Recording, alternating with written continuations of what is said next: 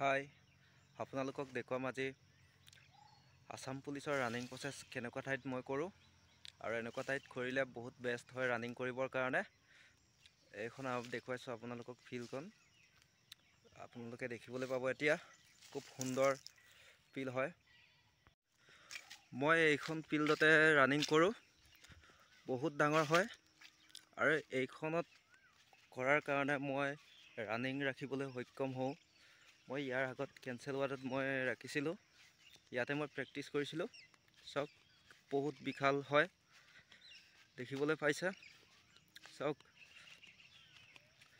3200 metre সিজি ইয়াত running কৰিলে দৌৰিব পাৰিব। ইয়াত বুলিয়ে নহয়, এনেকুৱা ফিল্ড হ'ব লাগে। এনেকুৱা এখন নদী কাষৰীয়া হয়। বাৰিষা অলপ অসুবিধা হয়, এতিয়া প্ৰব্লেম নাই। মই ইয়াতে ৰানিং কৰি আছোঁ। বহুত ডাঙৰ, চাওক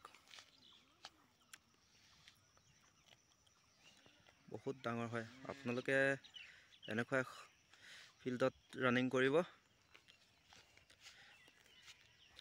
ইয়াত দুপাক ঘূৰিলে 3200 মিটাৰ হৈ যায়।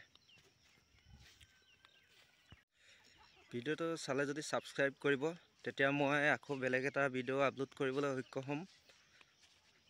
যাতে মই দেখুৱাম আপোনালোকক লং জাম্প কেনেকুৱা প্লেছত লং জাম্প দিলে প্ৰায় 20 ফুট 19 ফুট জঁপিয়াব সিজি পাৰি।